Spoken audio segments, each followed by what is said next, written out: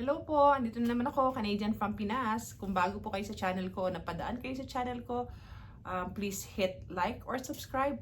Dahil napakalit pa lang po ng channel ko, malaking bagay po yung bawat subscription nyo.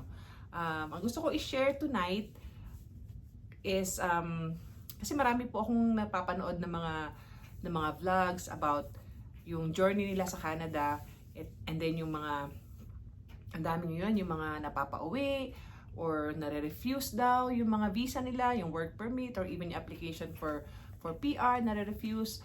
Share ko lang, gusto ko lang ma-share sa inyo yung journey ko naman, journey namin ng pamilya ko. When, way back in 2013, nung nag-apply kami, actually 2011 ako nag-apply ng pa-Canada nun. So, ang dami po talaga ngayon na gustong pumunta ng Canada. Kung napansin niyo, sabi nga nila napalitan na yung American Dream, naging Canadian Dream na. Pero mukhang nabago na nga ngayon kasi parang yung Canadian Dream naging Canadian Nightmare na nga daw eh. Kasi parang yung ina-expect nila sa Canada, hindi yun yung kanilang reality pagdating nila sa Canada. So yung hindi na Canadian Dream naging nightmare. Pero kami naman, kung tatanungin niyo po kami, ako personally, yung journey namin papunta ng Canada, it wasn't also easy. Kasi originally po talaga, ang gusto ko talagang pumunta noon sa Sweden kasi yung kapatid ko nag-work doon as a nurse. So yun yung gusto ko talagang puntahan. I never dream na sa Canada ang punta ko. We tried to apply, trinay niya akong sponsoran para makapunta ako ng Sweden, and then eventually makuha ko yung asawa at anak ko nung time na yun. Pero unfortunately, na-deny po yung application ko. So yun yung first time na talagang naramdaman ko kung gaano kasakit yung nag-expect ka, you're hoping na sana ma-approve yung application mo, tapos biglang na-deny. So I can empathize dun sa mga nag-a-apply ngayon for even just your renewal lang ng work permit, or yung mga nag-apply for PR and then na-refuse or na-deny. Talagang masakit yun kasi you're really hoping na sana maging positive yung result. So that's what my first taste of being refused, yung sa Sweden. So nung time na yun, imbis na mag-dwell ako dun sa nangyayari sa akin, you know what? I gave it all to God. Sabi ko, you know what, Lord, alam ko na kung hindi ang Sweden ang punta ko, definitely meron kayong ibang inihanda para sa akin na mas magandang opportunity for me and my family. So, pinagpasa Diyos ko yun. Although talagang nalungkot ako noon kasi gusto ko talaga sana na makapunta ng Sweden, and then eventually nga makuha ko yung asawa at saka anak ko. So, lumipas yung mga panahon, nag-open up yung opportunity for Canada. So, nung time na yun, ang in-applyan ko po is yung Federal Skilled Worker. Ngayon, pinalitan na nila. Express entry na ang tawag. Pero the same din po yun. Actually, mas maganda yung express entry ngayon kasi wala nang specific jobs or specific experience. Nung time namin, Federal Skilled Worker, may mga certain jobs or experiences na pasok dun sa pwedeng mag-apply as PR. So may mga points din. Kailangan mataas yung IELTS mo, kailangan yung pinag-aralan mo, tsaka yung experience mo sa trabaho mo, may mga points yun. So kailangan may ma-reach kang certain points bago ka mabigyan ng application to apply or invitation to apply as a PR.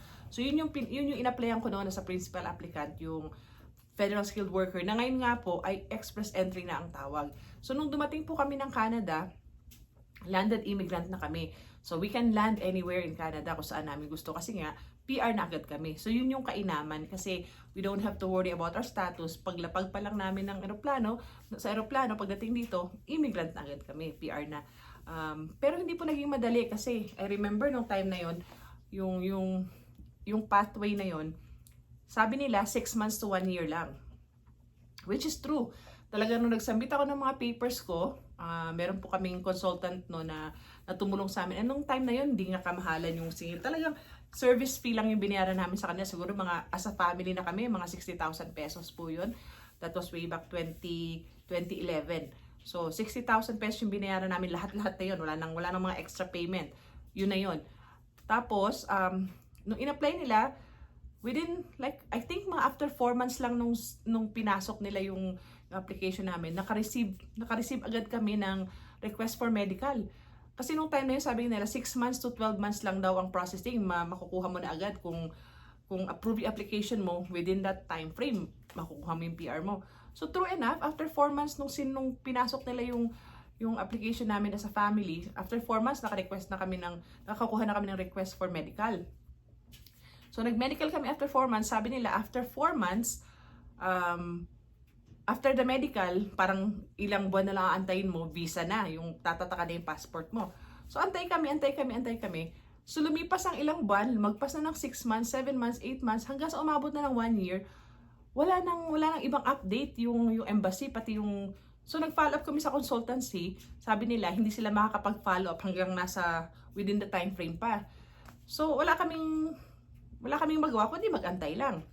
Nung time na yon, sinarado na namin yung business namin. Kasi meron kaming business noon sa Pilipinas. So, binenta na namin yung restaurant namin. Maliit lang naman, binenta na namin. Tapos, kumbaga na kami na anytime pwede na kami mag-fly. So, inassume na namin. So, antay kami, lumagpas na ng isang taon. Nung lumagpas na ng isang taon, medyo nag-worry na ako. Sabi ko, kasi 2011, dumating ng 2012, wala pa rin yung namin, yung aming visa approval, yung request for passport, kasi nakapag-medical na kami. Wala naman sinabi kung may problema sa medical, wala talagang update, so talagang we're in limbo, hindi namin alam kung ano nangyari. And then, finally, kumontak sa amin yung consultancy na sinabi, siguro, after mga 1 year and 3 months na ang lumipas. So, middle of 2012 na yon, sinabi sa amin na naka-receive sila ng letter from the embassy na sinasabi na hindi daw nag-medical yung husband ko kasi wala daw silang copy ng medical. So, sabi ko, parang nag-worry ako. Sabi ko, paano walang medical? Sabay-sabay kami nag-medical exam as a family. So, something went wrong dun sa paglalagay ng mga paper. So parang nahiwalay yata yung application, nahiwalay yung medical result ng husband ko. So inakala ng embassy hindi na namin itutuloy yung application, kaya pala na-delay ng ganong katagal. So inakala ng embassy na hindi na namin itutuloy yung application kasi walang medical yung husband ko, family yung aming application. So ang nakasama lang sa application namin yung medical ko at saka nung anak ko. So yung husband ko wala. So something went wrong, nawala yung medical niya. So nung time na nakuha yung medical result from dun sa clinic na, kasi may mga affiliated clinic yan, hindi ka basta-basta pwedeng magpa-medical sa kung saan clinic. Kailangan, recommended or affiliated sa embassy or something like that. So, nung finally nakuha yung record niya, that time, expired na yung mga medical namin. So, talagang devastated ako kasi sabi ko, ano naman nangyari? Sabi kong ganun, wala nang, ang tawag dito, expired na medical, tapos gagastos na naman kami ng pang-medical fee. So talagang devastated ako noon. Tapos parang alam mo yun yung parang sabi ko kay Lord, ano ba to? Pinag-pray ko naman. Sabi ko, pinag-pray ko naman. Bakit ganito nangyari? So talagang parang, alam mo, exhausted ako. Alam ko yung feeling na gano'n, yung parang na-expect mo, nandyan na, tapos wala. So talagang hindi mo alam kung maiiyak ka o may inis ka, magagalit ka kasi parang talagang hoping ka na na andyan na. Tapos gano'n yung nangyari, nagka-delay na, tapos ngayon magme-medical na naman daw. So, parang kinalma ako ni Lord kasi nung time na yun na parang hindi ko na, yung parang alam mo yun, parang nag-worry na ako, halo-halo na yung mga inisip ko noon. Tapos gusto ko magbasa ng Bible, pero wala akong, alam mo yun, parang kahit anong basa ko, walang pumapasok sa akin. Gusto ko makahanap ng verse na para makalma yung loob ko. So, biglang nagpadala si Lord ng messenger. Kasi biglang nag-text sa akin yung friend ko na ang tagal-tagal ko nang hindi nakakausap, ang tagal-tagal ko nang hindi nakikita. All of a sudden, nag-text sa akin. Tapos kinumusta niya ako. Sabi niya sa akin, how are you doing? Tapos sabi ko, eto nga, akala namin makakapunta na kami ng Canada, pero eto na nangyari. Parang mag-uulit na lang kami, back to scratch na naman kami, doon sa medical and lahat-lahat. So hindi pa nga talaga sure kasi I don't know kung ano nang nangyari. Tapos alam mo ang sabi niya sa akin? Sabi niya, alam mo, remember nung nagkasakit yung mama mo, kasi yung mother ko po, survivor siya ng cancer.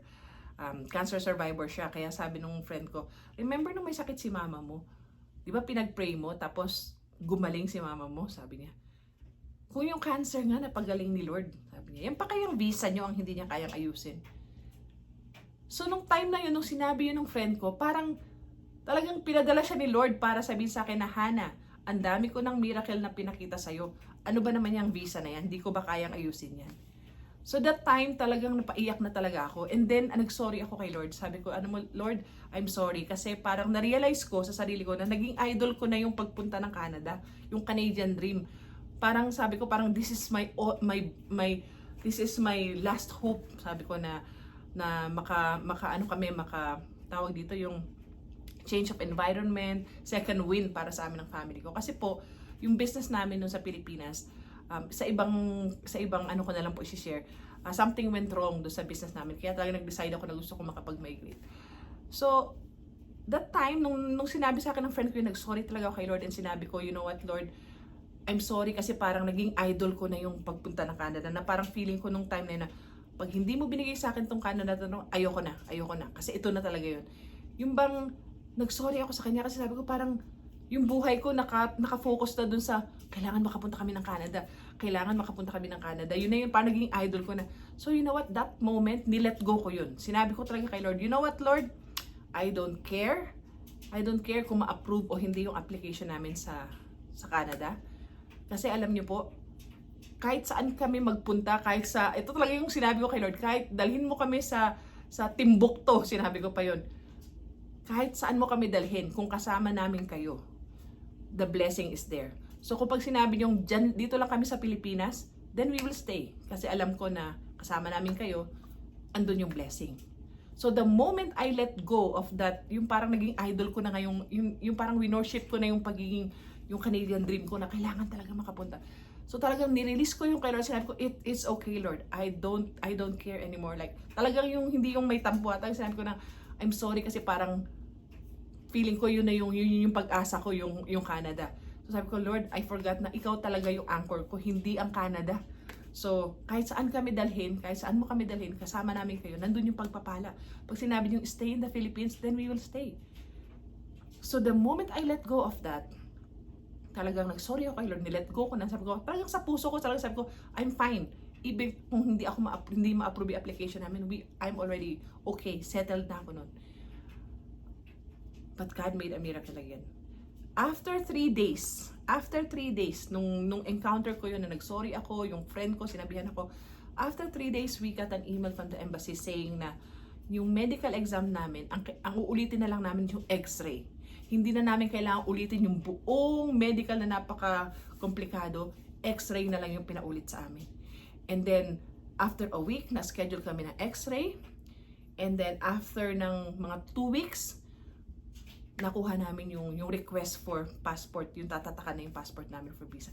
In a span of 3 weeks, simula nung nilet go ko yung Canadian dream ko na yun, na parang yun na yung idol ko, hindi na si Lord. The moment I let it go, ang bilis. After 3 weeks, within the span of 3 weeks, nakuha namin yung request for passport kasi tatatakan na siya ng immigrant visa. And then, nung nakuha na namin yung passport namin, meron ng tatak ng immigrant visa. 2 months lang, bumalik na yung passport, meron ng tatak. And then, that year, November 2013, I really remember, after 3 months, nakalipad na kami ng Canada. At yun na yun, nandito na kami since 2013. So, 11 years na kami sa Canada. So, bakit ko shinare yun? Kasi alam ko, dun sa mga napapanood ko, at saka yung mga nasa Pilipinas din na nag-apply siguro for PR pero na-refuse. Sabi ko nga yung refusal ni Lord, hindi yan no. Redirection niya ng steps natin para makarating tayo dun sa place ng pagpapala na kung saan niya talaga tayo gustong papuntahin. Remember, sinabi ko nga, Sweden yung gusto kong puntahan nun, pero na-refuse ako. Yung pala much better yung plinano niya sa akin. Kasi kung natuloy yung Sweden ko, ako lang yung unang pupunta, may iwan ko yung anak ko. That time, she was only like 4 years old. Pero yung pala Canada kami, sabay-sabay kaming umalis, walang naiwan, landed immigrant kami nung dumating. Ang ganda pala nung plano niya, kaya na-refuse yung application ko sa Sweden. So bakit ko sinasabi to? Kasi gusto ko lang ma-share dahil alam ko how it feels, yung feeling na nag-hope ka na sana ito na, yung dream mo na makapag-migrate. Alam ko yan kasi pinagdaanan ko talaga yan. Gusto ko lang i-share na i-let go nyo kay Lord. Nahayaan nyo si Lord na mag-handle ng situation. Ngayon, kung na-refuse ka, sabi ko nga, i-assess mo yung sarili mo, talaga bang ito yung gusto mo, na to the point na nakakalimutan mo na mas mainam pa rin yung will ni Lord. Right? Kasi, sabi ko nga, safe tayo sa loob ng kalooban ng Diyos. Laging may mas mainam, laging may mas mabuti na inilalaan ng Panginoon para sa atin. Minsan akala natin yun yung mabuti sa atin, yung pala hindi. So doon sa mga na-refuse o na-refuse or yun umaasa pa rin na makapunta ng Canada or kahit saan, Amerika, Australia, kung saan yung mga bansa na pwede ka mag-migrate, you know what, yung refusal, don't take it as a no. Minsan, wait lang pala yun. Try again pala. Sa susunod pala na try mo, yun na, ma-approve na. Or wait lang kasi kung ngayon ka na-approve, baka hindi maganda yung magiging reality mo pagdating mo dun sa bansa na gusto mong puntahan. Wait lang pala yung no niya, hindi pala talaga no. Or baka naman no talaga kasi yung pagpapala niya wala pala dun sa bansang yun. Yung pagpapala niya maaring nasa Pilipinas lang pala or maaring nasa ibang bansa. Kaya mabuti pa rin talaga na you ask for God's will. Ano ba talaga yung kalooban ni Lord? Ask for wisdom. Kaya ako nagpapasalamat ako kay Lord kasi talagang nakita ko yung kabutihan niya. Simula pa lang nung pag-apply ko, papunta na Canada, hanggang sa nang dumating kami dito, may mga bumps, meron ding mga konting challenges, pero laging inaayos ni Lord. Laging niyang inaayos.